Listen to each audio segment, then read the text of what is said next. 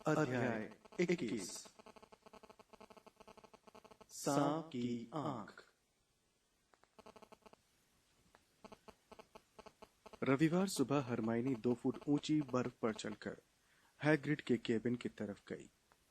Harry और Ron भी उसके साथ जाना चाहते थे, लेकिन उनके होमवर्क का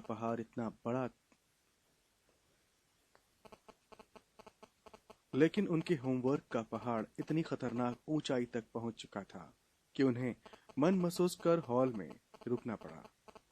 वे बाहर मैदान से आती हुई खुशी भरी आवाजों को नजरअंदाज करने की कोशिश कर रहे थे, जहां विद्यार्थी जमी हुई झील पर स्केटिंग का लुत्फ ले रहे थे, बर्फ गाड़ी पर सवारी कर रहे थे, और सबसे बुरी बात यह थी कि बर्फ के गोलों पर जादू करके गरुड़द्वार की मीनार की खिड़कियों पर फेंक रहे थे।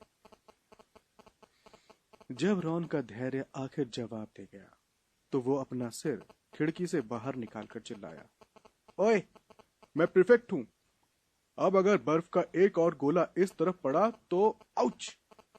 उसने अपना सिर तेजी से अंदर कर लिया। उसका पूरा चेहरा बर्फ से ढक चुका था। फ्रेड और जॉर्ज हैं, उसने खिड़की बंद करते हुए कटुता से कहा। मूर्ख कहीं के। हरमाइनी लंच से ठीक पहले हैग्रिड के यहां से लौट आई। वो थोड़ा कांप रही थी और उसके दुशाले घुटनों तक भीगे हुए थे। उसे अंदर आते देख रॉन ने उससे पूछा, क्या हुआ? उनकी क्लासों की योजना बना दी? मैंने कोशिश की थी, उसने नीरसता से कहा और हैरी के पास वाली कुर्सी में धंस गई। उसने अपनी छड़ी बाहर निकाली और जटिल तरीके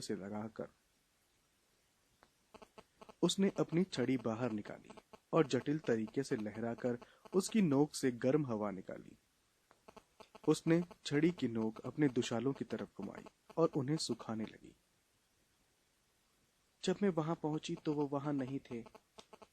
मैं कम से कम आधे घंटे तक दरवाजा खटखटाती रही, फिर वो जंगल से निकलकर आया।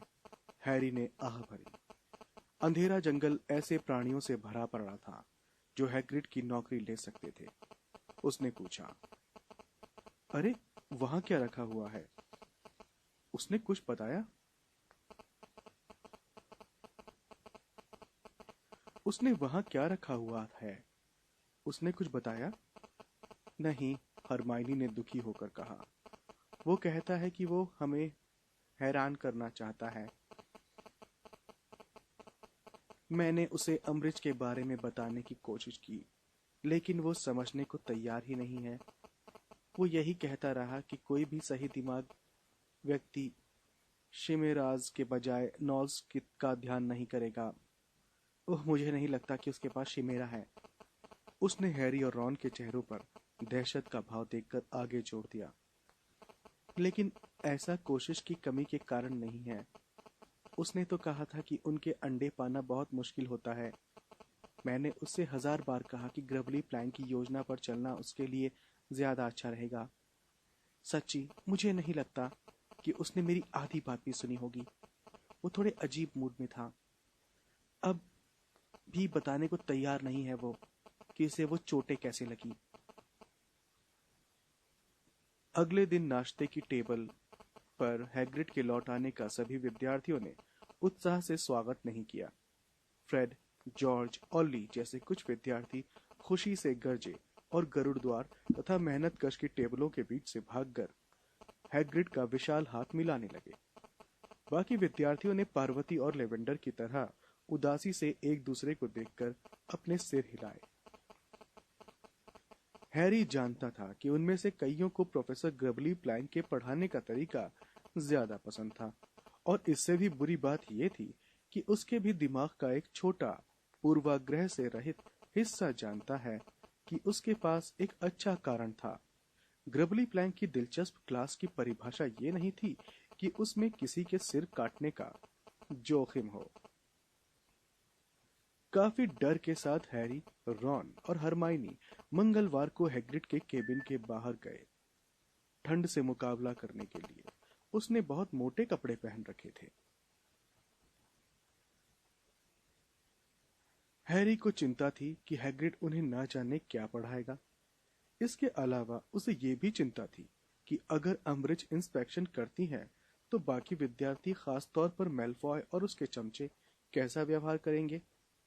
बहरहाल, जब वे बर्फ से जूझते हुए हैग्रिड के पास जा रहे थे तो सर्वोच्च प्रशासक कहीं नजर नहीं आ रही थी। हैग्रिड जंगल के किनारे पर खड़ा खड़ा उनका इंतजार कर रहा था। उसे देखकर उसे बड़ी राहत मिली। शनिवार की रात को जो चोटें बैंगनी थी, अब उन पर हरा पीला रंग आ गया था और कुछ घावों से तो अब भी खून निकल रहा था। हैरी इस बात को नहीं समझ पाया। क्या हैग्रिड पर किसी ऐसे प्राणी ने हमला किया था जिसका जहर घावों को भरने नहीं देता। जैसे इस भयंकर तस्वीर को पूरा करने के लिए हैग्रिड अपने कंधे पर आधी मरी हुई भैंस जैसी चीज उठाए था। हमें आज वहां चलना है, हैग्रिड ने खुशी से आते हुए विद्यार्थियों को बताया और अपने पीछे के अंधेरे पेड़ों की तरफ सिर हिलाया। वहां थोड़े ज्यादा पेड़ हैं, वैसे भी वे अंधेरा पसंद करते हैं। कौन अंधेरा पसंद करते हैं? हैरी ने पूछा। मेलफॉय दहशत से क्रैब और गॉयल से पूछ रहा था। उसने क्या कहा? कौन अंधेरा पसंद करता है? क्या तुमने सुना? हैरी को याद आया कि इससे पहले मेलफॉय सिर्फ एक बार ही जंगल में गया था। उस वक्त उसने बहुत ज्यादा बहादुरी नहीं दिखाई थी। वो मन ही मन मुस्कुराया। क्विडिच मैच के बाद जिस भी चीज से मेलफॉय को दिक्कत होती थी, उसके लिए हैरी खुशी खुशी तैयार था। तैयार हो? हैग्रिड विद्यार्थियों को देखते हुए चहका। ठीक है। अच्छा, तो हम इस जंगल की यात्रा को तुम लोगों के 5th ईयर के लिए बचा रहे थे। हमें लगा कि हम इन प्राणियों को उनके प्राकृतिक परिवेश में देखने चले। हम आज जिन प्राणियों के बारे में सीखेंगे वो बहुत दुर्लभ हैं। मुझे लगता है कि शायद ब्रिटेन में एकमात्र व्यक्ति हैं जिसने हमें लगता है कि शायद ब्रिटेन में एकमात्र व्यक्ति हैं जिसने उन्हें प्रशिक्षित करने में सफलता पाई है। और तुम्हें यकीन है ना कि वे सचमुच प्रशिक्षित हो गए हैं? मेलफॉय ने पूछा, जिसकी आवाज पहले से ज्यादा दहशत भरी लग रही थी। देखो, ये पहली बार नहीं होगा जब तुम बेकाबू जंगलियों की क्लास में जाओगे, है ना? देखो, ये पहली बार नहीं होगा जब तुम बेकाबू जंगली प्राणियों की क्लास में जाओगे, है ना?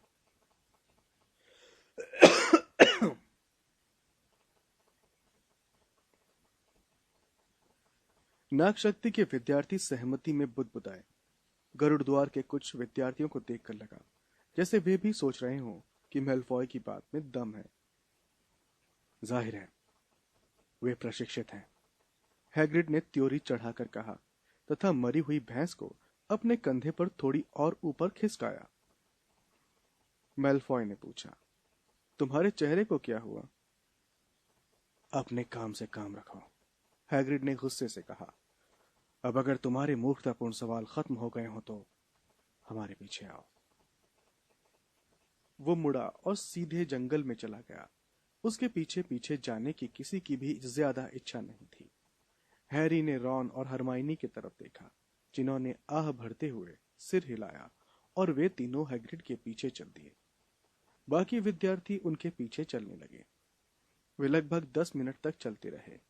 फिर वे एक ऐसी जगह पर पहुंच गए जहां पेड़ इतने पास पास थे कि गुप्त अंधेरा था और जमीन भी नहीं दिख रही थी। एक हुंकार के साथ हैग्रिड ने आधी भैंस को जमीन पर पटक दिया, पीछे हटा और अपना चेहरा विद्यार्थियों की तरफ घुमाया। ज्यादातर विद्यार्थी पेड़ों के पीछे से उनकी तरफ चले आ रहे थे और चारों तरफ घबरा कर देख रहे थे, मानो उन्हें किसी भी पल की उम्मीद हो। मानो उन्हें किसी भी पल हमले की उम्मीद हो। पास आ जाओ, पास आ जाओ, हैग्रिड ने उन्हें प्रोत्साहन दिया। देखो, वे लोग गोश्त की गंध से अपने आप खींचे चले आएंगे, लेकिन हम फिर भी उन्हें बुला लेते हैं। उन्हें यह जानकर अच्छा लगेगा कि हम बुला रहे हैं। वो मुड़ा उसने अपने चेहरे के बाल हटाने के लिए अपना खिचड़ी सिर हिलाया और उसने एक अजीब सी चीख निकाली जो अंधेरे पेड़ों के बीच किसी भयंकर चिड़िया की आवाज जैसी लगी। कोई भी नहीं हंसा। ज्यादातर विद्यार्थी तो इतने डरे हुए थे कि उनकी मुंह से चू भी नहीं निकली। हैग्रिड ने दोबारा वही आवाज निकाली। 1 मिनट गुजर गया जिसमें सभी विद्यार्थी अपने पीछे और पेड़ों के चारों तरफ घबराकर देखते रहे ताकि जो भी आ रहा हो वे उसकी पहली झलक देख सकें। और फिर जब हैग्रिड ने अपने बाल तीसरी बार हिलाकर अपना विशाल सीना फुलाया तो हैरी ने रॉन को कोहनी मारी और 2 मुड़े हुए पेड़ों के बीच की जगह की तरफ इशारा किया। अंधेरे में 2 सूनी सफेद चमकती आंखें बड़ी होती जा रही थीं और एक पल बाद ही ड्रैगन जैसा चेहरा, गर्दन और बड़े काले पंख वाले घोड़े का कंकाल जैसा शरीर अंधेरे में प्रकट हुआ। उसने विद्यार्थियों को कुछ सेकंड तक देखा, लंबी काली पूंछ लहराई और फिर सिर झुकाकर नुकीले दांत से मरी हुई भैंस का गोश्त चीरने लगे। हैरी को बहुत राहत का एहसास हुआ। आखिर यह सबूत था कि उसने इन प्राणियों की कल्पना नहीं की थी, वे असली थे। हैग्रिड भी उनके बारे में जानता था। उसने उत्सुकता से रॉन की तरफ देखा, लेकिन रॉन तो अब भी पेड़ों के बीच चारों तरफ देख रहा था और कुछ पल बाद वो फुसफुसाया, हैग्रिड फिर से आवाज क्यों नहीं लगा रहा है? ज्यादातर विद्यार्थियों के चेहरे पर रॉन की तरह ही दुविधा और घबराहट थी। वे अब भी उनसे कुछ फुट दूर खड़े घोड़े के बजाय चारों तरफ देख रहे थे। सिर्फ 2 ही विद्यार्थियों को देखकर ऐसा लग रहा था जैसे वे उन्हें देख सकते हों। एक तो नाग शक्ति का दुबला पतला लड़का था जो गॉयल के ठीक पीछे खड़े होकर उस घोड़े को गोश्त खाते देख रहा था और उसके चेहरे पर भारी वितृष्णा के भाव थे। दूसरा नेविल था जिसकी आंखें लंबी काली पूंछ को हिलती देख रही थीं। ओह, ये लो, एक और आ गया, हैग्रिड ने गर्व से कहा। अब अंधेरे वृक्षों के बीच से दूसरा काला घोड़ा प्रकट हो गया। उस घोड़े ने अपने चमड़े जैसे पंख शरीर से सटाए और सिर झुकाकर गोश्त खाने लगा। उसने अपने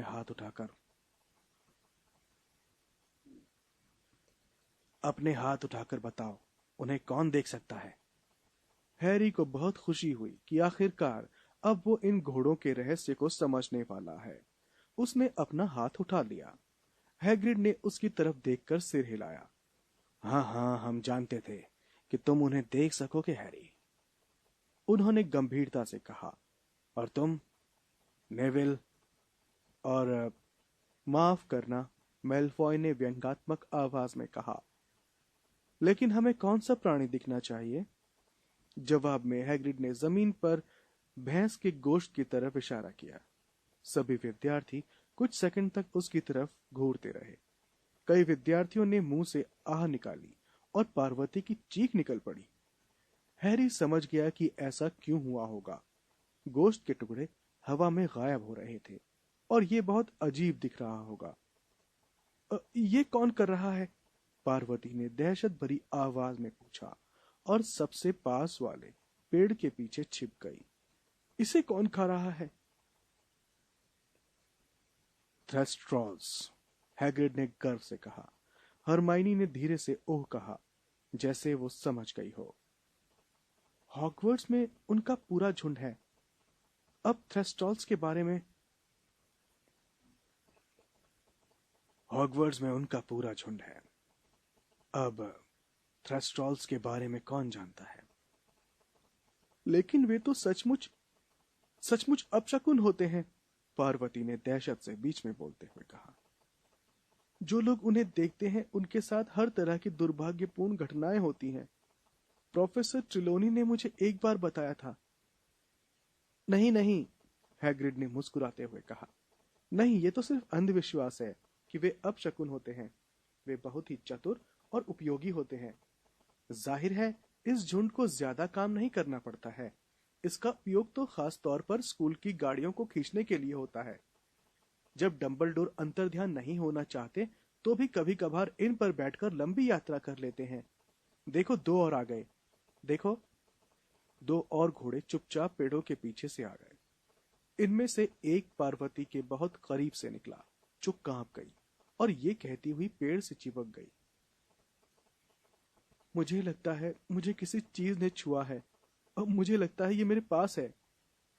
चिंता मत करो, ये तुम्हें चोट नहीं पहुंचाएगा, हैग्रिड ने धैर्य से कहा। ठीक है, अब कौन बता सकता है कि कुछ लोग उन्हें देख सकते हैं जबकि बाकी लोग नहीं देख सकते। हरमाइनी ने अपना हाथ उठाया। हैग्रिड ने उसकी तरफ मुस्कुराते हुए कहा, अच्छा, बताओ। उसने कहा, सिर्फ वही लोग थ्रेस्ट्रॉल्स को देख सकते हैं जिन्होंने किसी की मौत देखी हो। बिल्कुल सही कहा, हैग्रिड ने गंभीरता से कहा। गरुड़द्वार को 10 पॉइंट्स। अब थ्रेस्ट्रॉल्स। प्रोफेसर अम्ब्रिज आ गई। वे हैरी से कुछ ही दूर खड़ी थी। वे अपना हरा हैट और चोगा पहने थी और उनका क्लिपबोर्ड तैयार था। हैग्रिड, जिसने कभी अम्ब्रिज की नकली खांसी नहीं सुनी थी, कुछ चिंता से उसके करीब वाले थ्रेस्टॉल को देख रहा था। उसे लग रहा था जैसे वो आवाज उसी ने निकाली थी। ओह, हेलो, हैग्रिड ने मुस्कुराकर कहा, जब उसे पता चल गया कि आवाज कहां से आई थी। तुम्हें वो चिट्ठी मिल गई जो मैंने आज सुबह तुम्हारे केबिन में भेजी थी, अम्ब्रिज ने इतनी तेज धीमी आवाज में कहा, जिसका इस्तेमाल उन्होंने पहले उसके साथ किया था। ऐसा लग रहा था जैसे वे किसी ऐसे व्यक्ति से बात कर रही हो जो विदेशी हो और जिसका दिमाग बहुत धीमा चलता हो। उसमें मैंने तुम्हें सूचित किया था कि मैं तुम्हारी क्लास का इंस्पेक्शन करूंगी। ओह हाँ, हैग्रिड ने उत्साह से कहा। खुशी हुई कि आपको जगह मिल गई। अच्छा, जैसा आप देख सकती हैं, या मुझे नहीं पता, क्या आप देख सकती हैं, हम आज थ्रेस्टॉल्स का अध्ययन कर रहे हैं। क्या कहा? प्रोफेसर अम्ब्रिज ने जोर से कहा और अपने हाथ कान पर रखकर त्योरियां चढ़ा ली। तुमने क्या कहा? हैग्रिड थोड़ा दुविधाग्रस्त दिखने लगा। थ्रेस्टॉल्स, उसने जोर से कहा। बड़े पंखदार घोड़े। उसने अपने विशाल हाथ आशा में लहराए। प्रोफेसर अम्ब्रिज ने अपनी बाहें उठाकर उसे देखा और अपने क्लिपबोर्ड पर लिखा, घटिया इशारों की भाषा का इस्तेमाल करता है। अच्छा, तो हैग्रिड ने विद्यार्थियों की तरफ मुड़कर थोड़ा परेशान दिखते हुए कहा, हाँ, तो हम क्या कह रहे थे? अल्पकालीन याददाश्त कमजोर लगती है। अम्ब्रिज इतनी जोर से बुदबुदाई कि आसपास के विद्यार्थी उनकी बात सुन सके। ड्रैको मैल्फॉय को तो ऐसा लग रहा था जैसे क्रिसमस 1 महीने जल्दी आ गया हो। दूसरी तरफ हरमाइनी का चेहरा गुस्से के कारण लाल पड़ गया था। ओह हाँ, हैग्रिड ने अम्ब्रिज के क्लिपबोर्ड की तरफ परेशानी भरी निगाह डाली, लेकिन बहादुरी से आगे बोलता रहा। हाँ, हम तुम्हें बता रहे थे कि हमने ये समूह कैसे बनाया। हाँ, तो हमने एक नर और 5 मादाओं से शुरू किया। इसका सबसे पहले प्रकट होने वाले घोड़े को उसने थपथपाया। इसका नाम टेनिब्रस है। यह मुझे सबसे ज्यादा प्रिय है। जंगल में सबसे पहले पैदा हुआ था। अम्ब्रिज ने उसकी बात काटते हुए जोर से कहा, क्या तुम्हें पता है कि जादू मंत्रालय में थ्रेस्टॉल्स को खतरनाक की श्रेणी में रखा गया है? थ्रेस्टॉल्स खतरनाक नहीं होते। हैरी का दिल किसी पत्थर की तरह डूब गया, लेकिन हैग्रिड हंस दिया। वे बिल्कुल ठीक होते हैं। अगर उन्हें परेशान करता है कोई, तो वे इसका थोड़ा बहुत गोश्त काट लेते हैं। हिंसा के विचार पर खुश होता है। अम्ब्रिज बुदबुदाई और अपने क्लिपबोर्ड पर लिखने लगी। नहीं, देखिए, हैग्रिड ने अब थोड़ा चिंतित होते हुए कहा, हमारा मतलब है अगर कोई कुत्ते को परेशान करेगा तो वो भी काट लेगा, है ना? लेकिन थ्रेस्ट्रॉल्स की बुरी छवि तो मौत वाली चीज के कारण बनी है। लोग उन्हें अपशकुन मानते हैं। है ना? समझते ही नहीं है। अम्बरीज ने जवाब नहीं दिया। उन्होंने अपनी आखिरी टिप्पणी पूरी की और फिर हैग्रिड की तरफ देखते हुए दोबारा बहुत जोर से और धीरे धीरे कहने लगी, तुम पढ़ाना जारी रखो, मैं टहलती हूं। उन्होंने चलने का नाटक किया। मेलफॉय और पेंसी पार्किंसन मुंह दबाकर हंसने लगे। विद्यार्थियों के बीच उन्होंने सभी विद्यार्थियों की तरफ इशारा किया और उनसे सवाल पूछती हूं। उन्होंने बोलने का संकेत करने के लिए अपने मुंह की तरफ इशारा किया। हैग्रिड ने उनकी तरफ घूरा। वो ये नहीं समझ पा रहा था कि वे ऐसा क्यों सोच रही थी, कि वो सामान्य अंग्रेजी नहीं समझ सकता था। हरमाइनी की आंखों में तो अब आवेश के आंसू आ चुके थे। चुड़ैल कहीं की, दुष्ट चुड़ैल, वो फुसफुसाई। अब अम्ब्रिज पेंसी पार्किंसन के पास गई। मैं जानती हूं कि तुम क्या कर रही हो, तुम घटिया, गंदी, पापी। अच्छा, खैर। हैग्रिड दोबारा अपने विषय पर आने के लिए स्पष्ट रूप से संघर्ष कर रहा था। तो थ्रेस्टॉल्स, हाँ, उनमें बहुत सी अच्छी बातें हैं। प्रोफेसर अम्ब्रिज ने पेंसी पार्किंसन से तेज आवाज में पूछा, क्या तुम प्रोफेसर हैग्रिड की भाषा अच्छी तरह समझ सकती हो? हरमाइनी की ही तरह पेंसी की आंखों में भी आंसू थे, लेकिन ये हंसी के आंसू थे। दरअसल उसका जवाब समझ में नहीं आ रहा था, क्योंकि वो अपनी हंसी रोकने की कोशिश कर रही थी। नहीं, क्योंकि देखिए, ऐसा लगता है कि वे ज्यादातर समय हुंकार भरते रहते हैं। अम्ब्रिज ने अपने क्लिपबोर्ड पर लिख लिया। हैग्रिड के चेहरे का सही सलामत थोड़ा सा हिस्सा लाल हो गया, लेकिन उसने ऐसा जताने की कोशिश की जैसे उसने पेंसी का जवाब नहीं सुना हो। ओ हाँ, थ्रेस्टॉल्स की अच्छी बातें।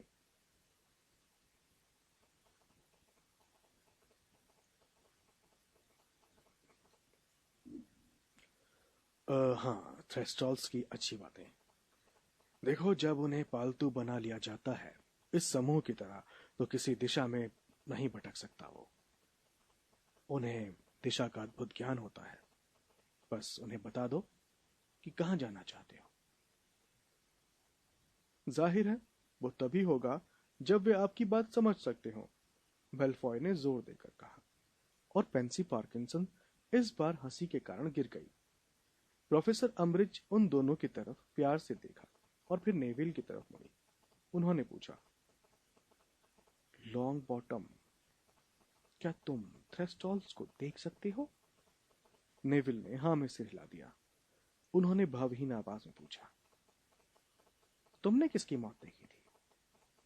नेविल ने कहा, मेरे मेरे दादाजी की। और तुम इनके बारे में क्या सोचते हो? उन्होंने पूछा और अपना गांठदार हाथ उन घोड़ों की तरफ लहराया जो अब तक भैंस का इतना गोश्त खा चुके थे कि उनकी हड्डियां नजर आने लगी थी।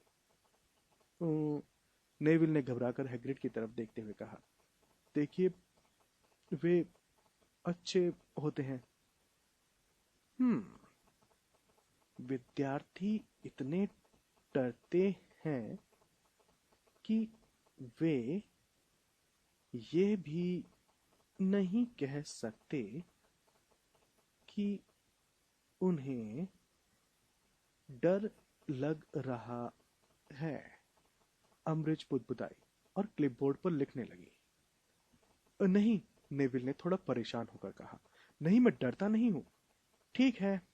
अम्ब्रिज ने नेविल का कंधा थपथपाया और प्यार भरे अंदाज में मुस्कुराई, जो हैरी को व्यंग्यात्मक लगा।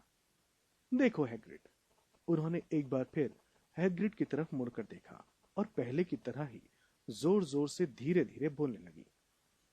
मुझे लगता है कि मेरे पास काफी जानकारी आ चुकी है।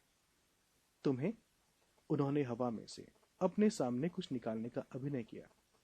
अपने इंस्पेक्शन के परिणाम, उन्होंने क्लिपबोर्ड की तरफ इशारा किया, 10 दिन में मिल जाएंगे।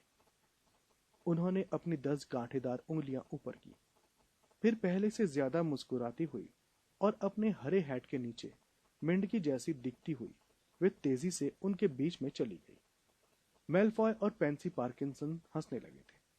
हरमाइनी आवेश के मारे कांप रही थी और नेविल दुविधाग्रस्त तथा परेशान लग रहा था। गंदी झूठी बदमाश बुढ़िया, हरमाइनी ने आधे घंटे बाद कहा, जब वे उस पगडंडी पर चलकर महल की तरफ लौट रहे थे जो उन्होंने बर्फ पर जाते वक्त बनाई थी। तुमने देखा कि वो क्या कर रही थी?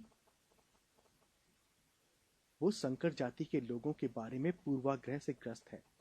वो हैग्रिड को दैत्य की तरह मंदबुद्धि साबित करने की कोशिश कर रही थी, सिर्फ इसलिए क्योंकि उनकी मां दानवी थी। और ओह, ये ठीक नहीं है। ये सचमुच पूरा सबक नहीं था। मेरा मतलब है, विस्फोटक अग्निडंक तो बुरे थे, लेकिन थ्रस्टॉल्स तो अच्छे हैं। दरअसल हैग्रिड के लिहाज से वे बहुत अच्छे हैं। रॉन बोला, अम्बरिश ने कहा था कि वे खतरनाक है। देखो, जैसा हैग्रिड ने कहा था, वे अपना ख्याल खुद रख सकते हैं, हरमाइनी ने अधीरता से कहा। और मुझे लगता है कि ग्रबली प्लैंक जैसी टीचर हमें आमतौर पर उन्हें NEWT स्तर से पहले नहीं दिखाती, लेकिन देखने में वो बहुत रोचक हैं, है ना? कुछ लोग उन्हें देख सकते हैं और कुछ नहीं देख सकते। काश वे देख पाती। क्या सचमुच? हैरी ने धीरे से पूछा। वो अचानक स्तब्ध रह गई। ओ हैरी, मुझे अफसोस है, मैं उन्हें नहीं देखना चाहती। मैंने भी कितना मूर्खतापूर्ण बात कह दी थी। कोई बात नहीं, हैरी ने जल्दी से कहा। चिंता मत करो, रॉन ने कहा। मुझे हैरानी है कि इतने सारे लोग उन्हें देख सकते थे। एक क्लास में 3 लोग। हाँ वेस्ली, हम सोच रहे थे। एक दुष्ट आवाज आई। बर्फ के कारण उनमें से किसी को मेलफॉय, क्रैब और गॉयल के करीब आने की आवाज सुनाई नहीं दी थी, जो अब उनके ठीक पीछे आ चुके थे। अगर वे तुम्हें दिख जाते तो क्या उसके बाद तुम्हें तूफान ज्यादा अच्छी तरह दिखने लगता? मेलफॉय, क्रैब और गॉयल हंसी से लोटपोट होते हुए उनसे आगे निकल गए। महल की तरफ जाते समय वे विजली हमारा राजा है गाना गाने लगे और रॉन के कान लाल हो गए। हरमाइनी ने कहा, उनकी तरफ ध्यान मत दो, जाने दो। उसने अपनी छड़ी निकालकर मंत्र पढ़ा, जिससे भाप उत्पन्न हो गई। भाप के सहारे हरमाइनी ग्रीन हाउसों तक जाने वाले बर्फीले रास्ते को आसान बनाना चाहती थी।